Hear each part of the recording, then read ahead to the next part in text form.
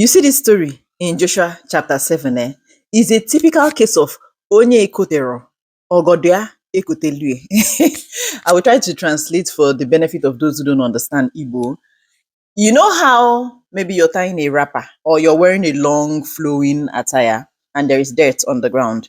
You don't necessarily have to pick up the dirt by yourself. Your flowing dress or flowing attire will drag some of the dirt along with you. So you see that in this case, you didn't commit anything. It's the dress that committed. Onye ekotero, ogodia ekotelua. Which means that there are things that happen to some people that is not necessarily their fault. It is not necessarily their doing, but is an after effect or the repercussions of the actions of people that are connected to them. In this case, trouble by association.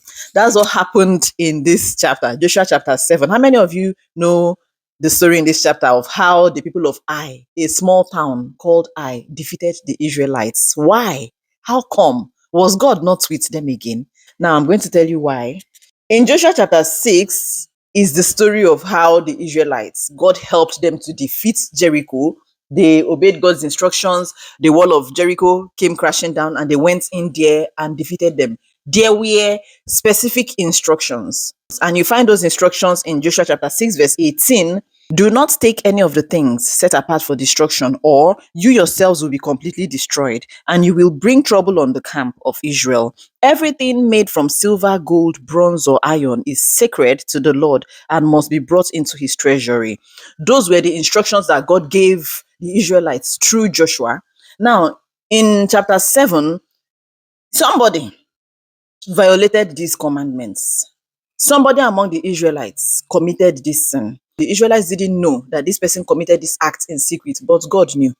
Anyway, so there was a town, a small town called Ai. So Joshua sent some of his spies to go spy out the land. They went there, they came back and told Joshua that it's a small town. It's not a big deal. You don't need to send all of our troops there. It will be a waste of time and resources. Don't make all our troops struggle to go there. Just send about 3,000 people and the town will be ours. Or so they thought. That's how they sent 3,000 people there. What now happened to them? Those people of Ai, we kwa ha go.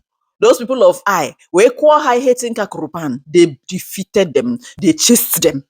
They chased them back to the place where they were coming from. And while they were chasing them, they killed about 36 people. The Bible said that at this turn of events, because you know that since now God has been helping them, any army they come up against, they win because God's presence was with them. They used to win all the battles that they had been fighting. So this was a completely different turn of events. And the Bible said that at this turn of events, they were paralyzed with fear. They were terrified that what is this? What just happened? What just happened to us like this?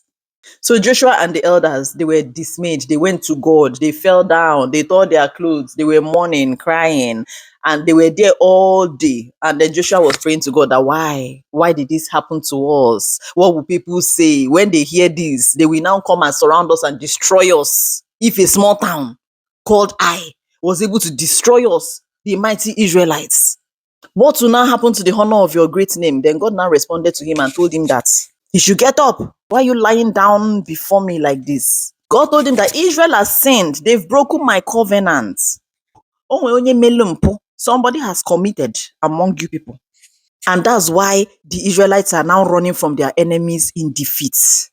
God now told him that his presence will no longer remain with them unless they find those things that were set apart for destruction and destroy them, and also punish the people that are responsible for breaking the covenant. So God told him that the next morning they should bring all the Israelites. They should come out and stand before him, that he would help to sieve them, to separate them tribe by tribe, clan by clan, family by family, until they fish out the person who did this. So the next morning they came out, and then God was now picking them one by one. First of all, the tribe of Judah was singled out. And then inside that tribe of Judah, the clan of Zerah was singled out. Inside that clan of Zerah, the family of Zimri was singled out. And then inside that family of Zimri, the man called Achan was now singled out. Joshua now asked him, so it's you, my son, what did you do?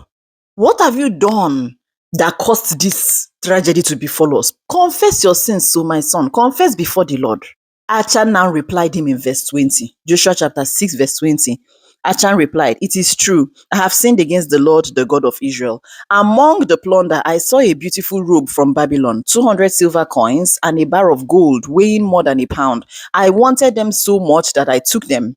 They are hidden in the ground beneath my tent, with the silver buried deeper than the rest." So Joshua sent some men to go and search his tent, true. And true, they found those items there. And the silver was indeed buried under all the items. And then they recovered the items, they brought it, they set it out on the ground before the Lord.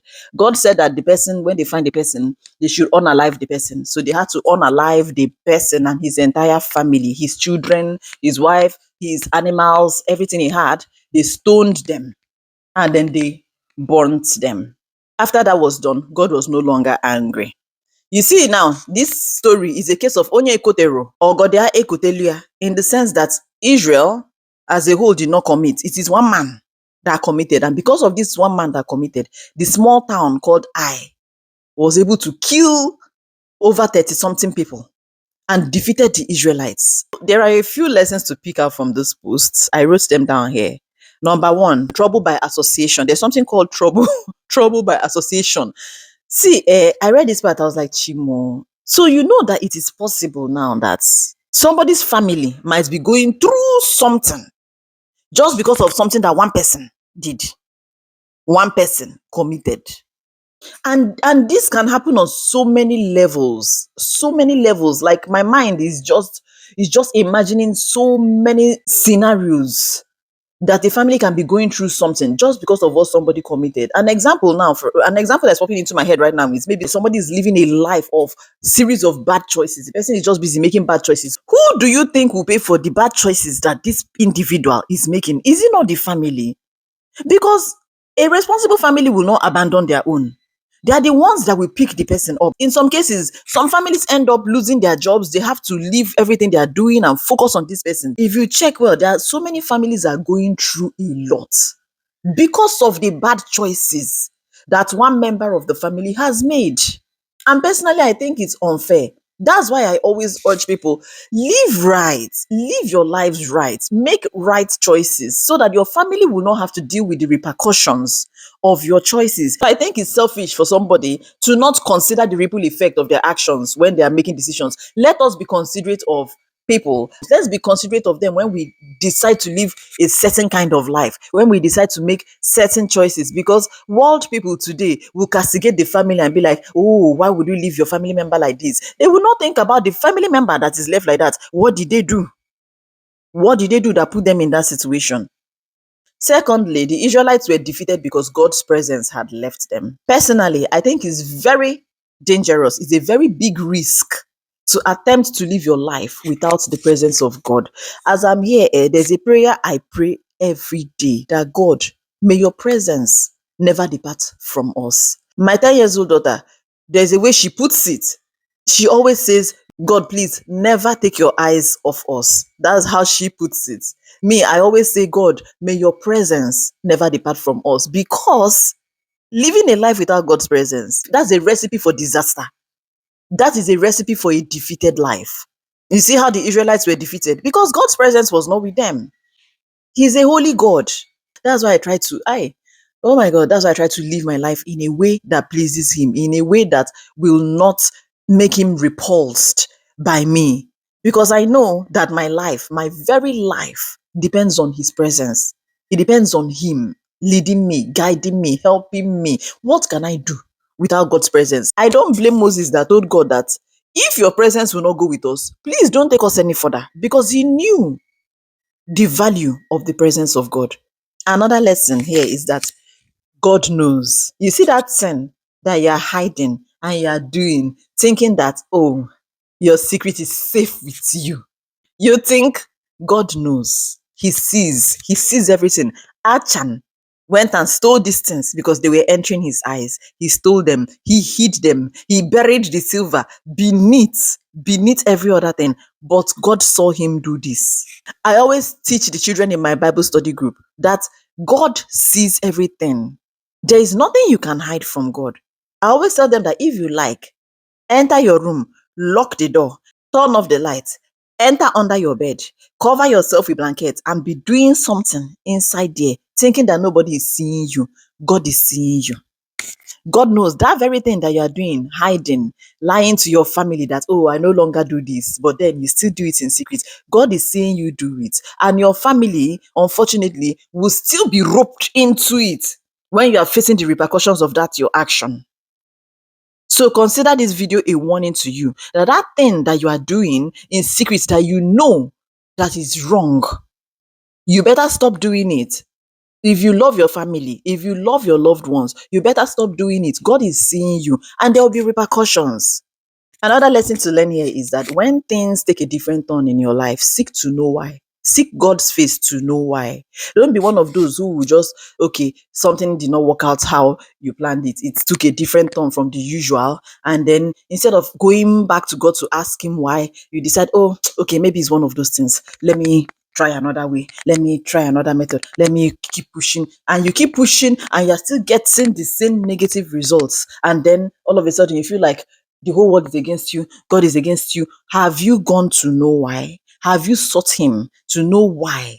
Personally, I think it's easier. It's a shorter cut. It's easier for you to go straight to the source to know why this is happening than brainstorming and blindly looking for a way out, looking for a solution blindly through your own ignorance, hitting and missing, hitting and missing. Why not go back to the source and ask him why? Just like Joshua did. They went back to God and fell down before the ark, and then God told them what to do. He pinpointed what the issue was and told them that this is what the problem is. This is why my presence did not go with you. And then this is what you need to do. That way they were able to remove the trouble from their midst so that God's presence will return back to them. You know, personally, I think that this story is one of the scenarios why the prayer of mercy is very important. Because you can never know, you now, maybe there's something you and your family are believing God for, and you are keeping to God's commands, you're doing everything you're supposed to do, but you don't know what your husband has committed. You don't know what your wife has committed. You don't know what your children have committed that can hinder what you're believing God for. So what do you do in a situation like that? You just go to God and cry out for mercy. That, Father, please have mercy. Have mercy. Have mercy. If there is something that I've committed that I don't even know, because we don't even know it all. You might be committing something in ignorance. If there's something I've committed, please have mercy. If my husband has done something or my children have done something, Father, please show us your mercy. The prayer of mercy, you can never miss it with a heartfelt prayer of mercy. And our merciful Abba is always there. He's always there, ever ready to show us his mercy. So this Joshua chapter 7, I have read it. I've read it before. This is not my first time reading it. I've read it countless times. But this time around, all these lessons jumped out at me. But you know the beautiful thing about the Bible, if I read it again, maybe in a couple of months' time, I will definitely find something else. Even you now, if you read it, you'll find something else that I didn't find. So if you've read it and you found something that I didn't mention, please mention it to us in the comment section. Me, I'm ever ready to learn. I'm ever willing to learn. Thank you so much for watching this video. God bless you and see you in the next one. Bye.